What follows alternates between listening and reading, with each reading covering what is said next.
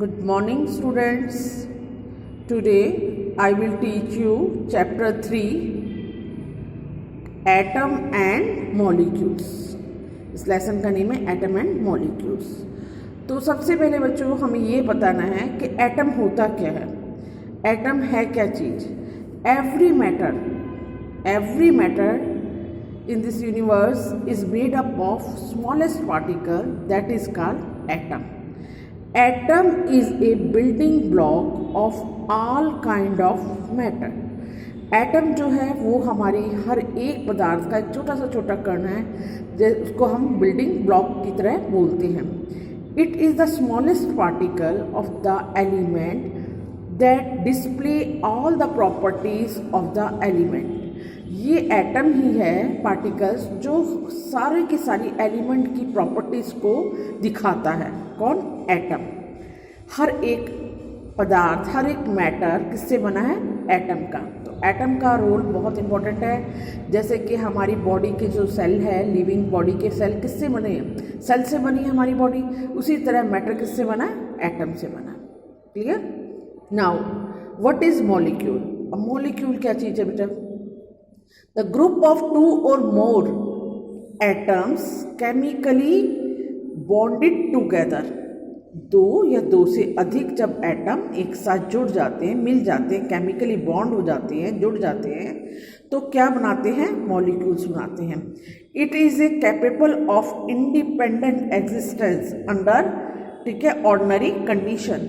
ये मॉलिक्यूल्स जो है वो इंडिपेंडेंट, स्वतंत्र रूप से अपने आप एग्जिस्ट कर सकता है ऑर्डिनरी कंडीशन में। तो मॉलिक्यूल का पता चल गया बेटा। द ग्रुप ऑफ टू और मोर एटम इज कॉल्ड मॉलिक्यूल। अब मैं आपको थर्ड एक इम्पॉर्टेंट टर्म बता रही हूँ, एटॉमिसिटी। एटॉमिसिटी क्या होता है? ठीक है, the number of atom present in A molecules. एक मॉलिक्यूल में कितनी संख्या प्रेजेंट है एटम की, उसको बोलते हैं एटमोसिटी। फॉर एग्जाम्पल सल्फर का ये सिंबल है। सल्फर के अंदर एटम की संख्या यहाँ पे दी हुई है 8। तो ये क्या है? सल्फर की एटमोसिटी ये क्या होगी? ये है इसकी 8 है इसमें। ठीक है, अब इसकी है O2। इसकी एटमोसिटी कितनी है? 2। ऑक्सीजन की कितनी है? 2। हाइड्रोजन की कितनी है? 2। तो यह क्या? Number of atom present in this molecule, number of present in this and number of present in this. ठीक है, हाइड्रोजन में 2 है, ऑक्सीजन में 2 है, सल्फर में 8 एटमोसिटी है। तो इसको जो है जब एक होता है एटम की संख्या, जैसे मैंने सिंगल O लिखा, बाई चांस मैंने सिंगल आपको लिख के दिखा रही हूँ मैं, मेरे पास सिंगल O है।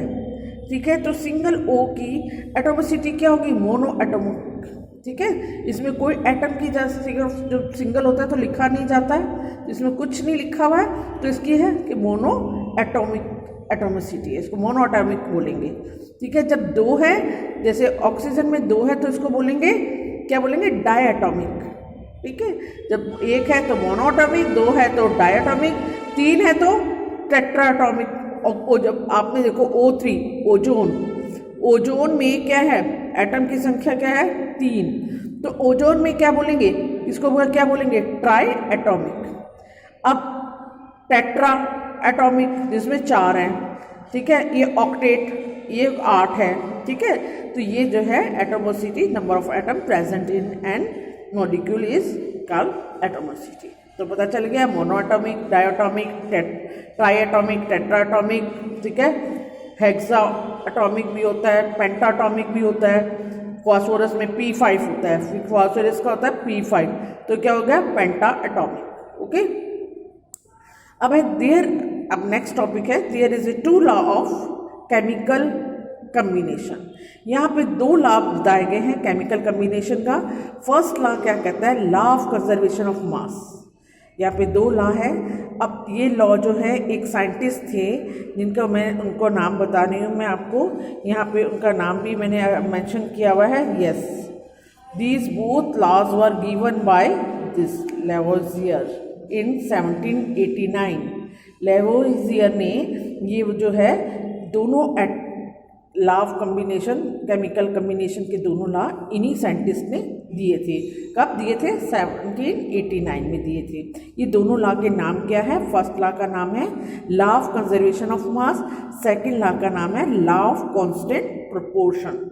याद रखना, इंपॉर्टेंट है ये दोनों लॉस, ठीक है।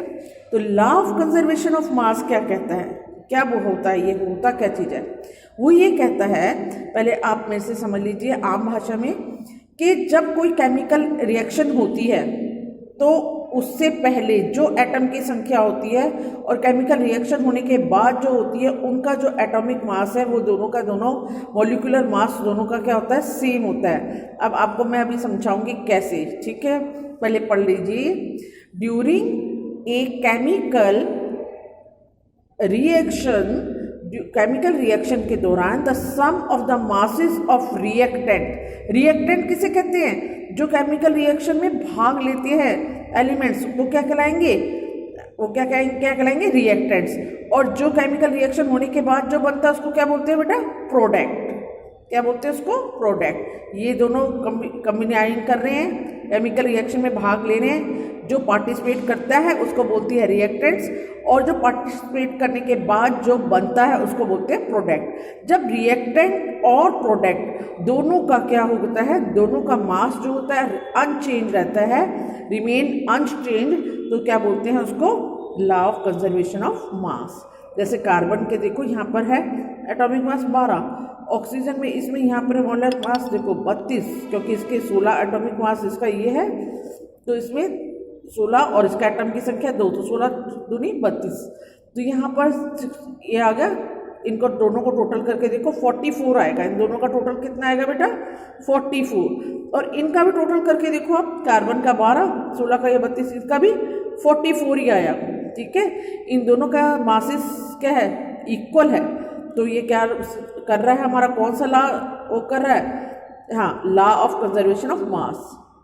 neither created nor be destroyed mass, ठीक है। That is the law of conservation of mass. Second law है लॉ ऑफ कांस्टेंट प्रोपोर्शन। इसमें क्या होता है बेटा? इन ए प्योर केमिकल, ठीक है, इसमें क्या होता है? एक केमिकल जो है प्योर है इसमें, तो कैन ये है elements are always present in a definite proportion. किसी भी प्योर केमिकल्स में जो प्रेजेंट होते हैं एलिमेंट्स, वो एक डेफिनेट प्रोपोर्शन में, एक निश्चित रेशो में पाए जाते हैं। जैसे अब वाटर है, वाटर के अंदर 8:1 या 1:8 है, तो रेशो हमेशा क्या रहेगा? यही रहेगा वाटर का रेशो हमेशा, चाहे वो पानी कहीं का, समुद्र का हो, तालाब का हो, टैप का हो, चाहे इंडिया का हो, चाहे लंदन का हो, तो इसमें लॉ कांस्टेंट प्रोपोर्शन रहेगा। पानी का जो केमिकल कम्बिनेशन का जो रेशो है वो जो है 8:1, वो ही रहेगी, वो नहीं बदलेगी, चाहे वो कहीं का भी हो। तो लॉ ऑफ कांस्टेंट प्रोपोर्शन मतलब हमेशा जो इनका अनुपात है, रेशो जो है वो हमेशा स्थिर रहता है। ये इसमें ये लॉ में ये बताया गया है, ठीक है। और ये दोनों लॉ जो हैं इस साइंटिस्ट ने दिए हैं, ये मैं आपको पहले ही बता चुकी हूँ। अब एक क्वेश्चन है, what is atomic mass? Atomic mass क्या होता है? एटॉमिक मास की आपको मैं यहाँ पर दोनों डेफिनेशंस है, तो यहाँ पे दिखा रखे, mass of atom in a particular substance, mass of an atom, atomic mass, ठीक है। किसी भी सब्सटेंस के जो एटम का मास है वो एटॉमिक मास कहलाता है। और इसको ये भी लिख सकते हैं, और the average mass of an atom of an element, that is atomic mass. अब कार्बन का एटॉमिक मास 12 है, नाइट्रोजन का 14 है, ऑक्सीजन का 16 है। ये आपको एग्जांपल दे रखा है, ये एटॉमिक मास है कार्बन के। इनको याद करना पड़ेगा आप लोगों को कि किसका एटॉमिक मास कितना होता है। ओके, नाउ अब यहाँ पर आता है आपका दूसरी चीज़ बता रही हूँ मैं, मॉलिक्यूलर मास। मॉलिक्यूलर मास किसे कहते हैं? मॉलिक्यूलर मास क्या होता है ये मैं आपको अभी इतना ही करो बच्चों, ज़रा फिर वो आपको समझ नहीं आएगा। आज के लिए इतना ही, टॉपिक बहुत है, इसको आप अच्छी तरह समझना जितना मैंने आपको बताया। थोड़ी सी इंपॉर्टेंट टर्म्स बताई हैं, 2 लॉ बताए हैं, व्हाट इज एटॉमिक मास बताया है। इसको आपने कॉपी पर लिखना है और इसको याद भी करना है, समझ के याद करना है। Have a nice day, thank you.